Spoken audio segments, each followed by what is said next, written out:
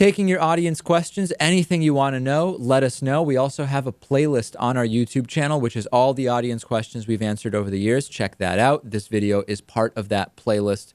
Submit them to us through our website, davidpakman.com. Kyle wants to know, what was your first job?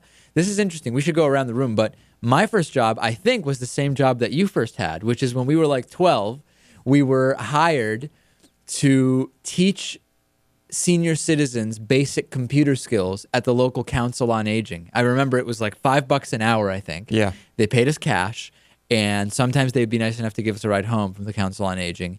And it was just basic, like how to use Microsoft Word and just stuff like that. That was, I guess, technically my first job. Yeah, and that was also mine. Now, if we go to actual jobs where you're like an employee of somewhere, my first one was working at a laser tag and roller skating rink, where I did a bunch of different stuff, including like run the laser tag games and a bunch of other stuff. That was really my first job at 14 years old. I think my first paycheck was like $65 or something like that. I still have my first pay stub somewhere, I think. What about you? A local supermarket. Supermarket. And what did you do there? Produce. So like just the handling of produce?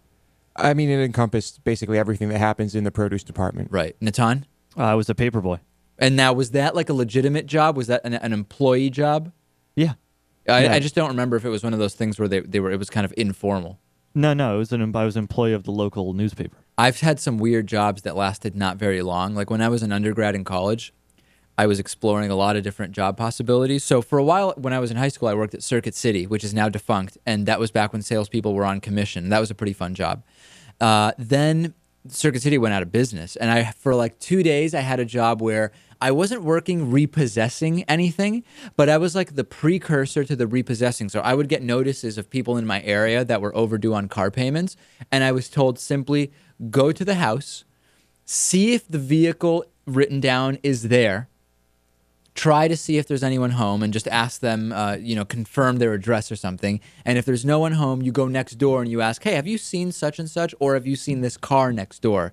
I went to one or two houses. The cars weren't there, and the people weren't there, and the neighbors weren't there.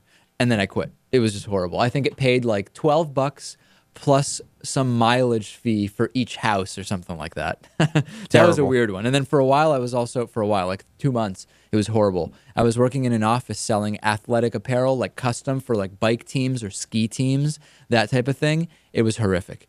Wow. I've never had any oddball jobs like that. Yeah. Natan, didn't you have a couple of weird ones that didn't last? Yeah, I'm trying to remember. Well, I worked at like a print shop for a day, but it was like absolutely terrible. Yep. I can't think. There maybe was one other one. Well, there was one I had for a little while. I won't say what company it was for, but I was basically just scheduling oil changes and bringing cars in to get oil changes. Oh, right. But we'll leave it at that. And you did some telemarketing. Actually, it wasn't telemarketing. I was doing surveys over the phone. Surveys, yeah. Like government-sponsored surveys. We had to constantly explain to people that it wasn't telemarketing, and they would say that they're on the do not call list and hang up before I had a chance to explain. There you go.